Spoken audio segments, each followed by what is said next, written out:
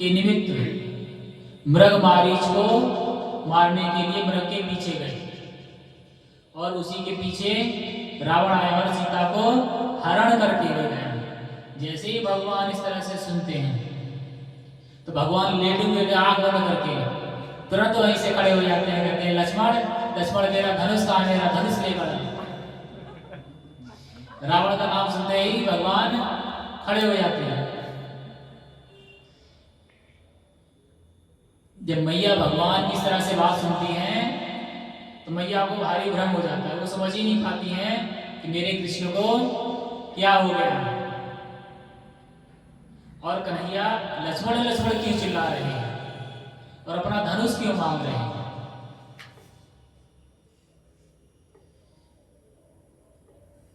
और मैया यशोदा भगवान को हृदय से लगाती हैं, कहती है लाला सो जाओ, आगे की कथा मैं अगले दिन सुनाऊंगी कभी।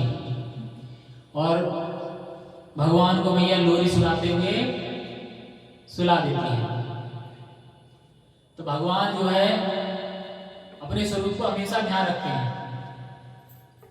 कभी भी उनकी कथा का श्रवण या गायन कीर्तन किया जाता है तो भगवान बड़े आनंदित होते हैं और जिस रस में उनका गायन किया जाता है वो उसी रस में उसका आनंद करते हैं और आनंद प्रदान भी करते हैं। जब तक भगवान को उनकी बाल लीलाएं और उनकी विवाह की कथा सुनाई जा रही थी तो आनंदित थी और जैसे ही उनकी पत्नी से विरह का बात सुनते हैं तो खड़े हो जाते हैं। रावण का नाम सुनते हैं कि मेरा धनुष लेकर आओ, मैं रावण का वध कर दूंगा। तो भगवान हमेशा दुष्टों का नाश करने के लिए तत्पर रहते हैं और भक्तों को आनंद देने के लिए भी तत्पर रहते हैं। भगवान के अवतार धारण करने का मुख्य कारण क्या होता है?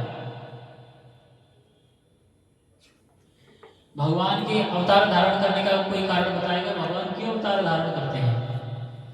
पाप को समाप्त करने के लिए, दूसरा भक्तों के सुख के लिए।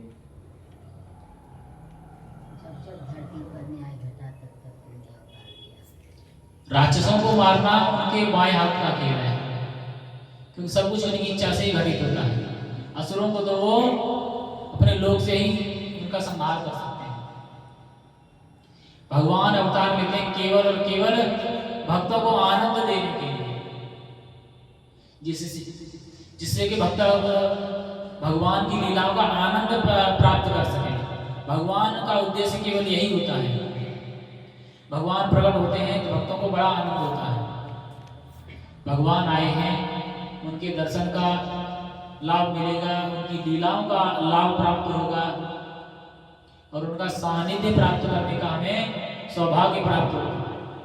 इस तरह से भगवान के भक्त जो है बड़े आनंद में रहते हैं जब तक भगवान धरती पर विचरण करते हैं और लीलाएं करते हैं।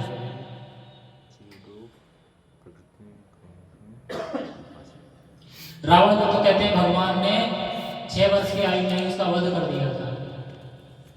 तो असुरों को मारना भगवान के लिए कोई बड़ी बात नहीं है।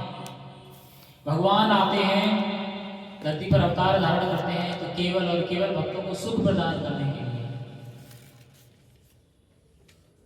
तो भगवान के अवतार धारण का मुख्य उद्देश्य क्या होता है? भक्तों को सुख प्रदान करना। ठीक वैसे ही जैसे हम बाजार जाते हैं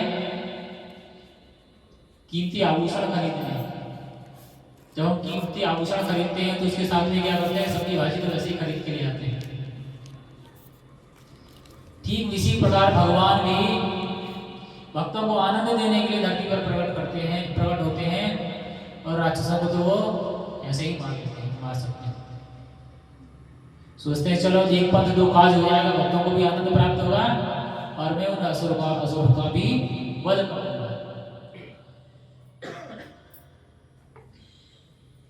तो भगवान के अवतार धारण करने का मुख्य उद्देश्य होता है भक्तों को आनंद प्रदान करना। अब याद रहेगा,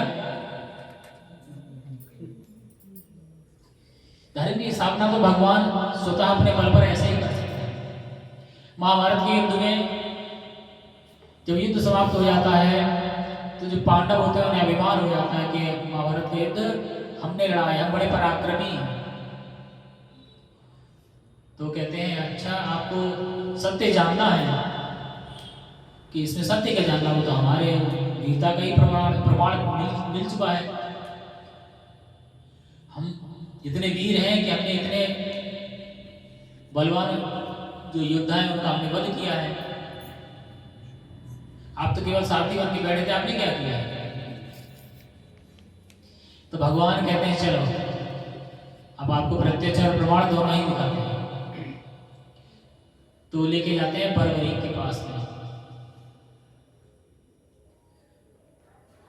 और बर्बरीक से पूछते हैं बताओ महाभारत के युद्ध में क्या हुआ। और भगवान पूछते हैं, इससे पूछने से पहले मैं तुझसे पूछना चाहता हूँ, या ये जो कहेगा सत्य मानेंगे कि हाँ आपने वरदान दिया है और इसको वरदान प्राप्त है कि इसने महाभारत का युद्ध देखा है, तो ये साक्षात प्रमाण देगा कि महाभारत का युद्ध किसने लड़ा है। तो पांडव पूछने लगते हैं हाँ हाँ बर्बरीक आप बताओ महाभारत के युद्ध में किसने क्या किया और हमारे पराक्रम का भी वर्णन करो।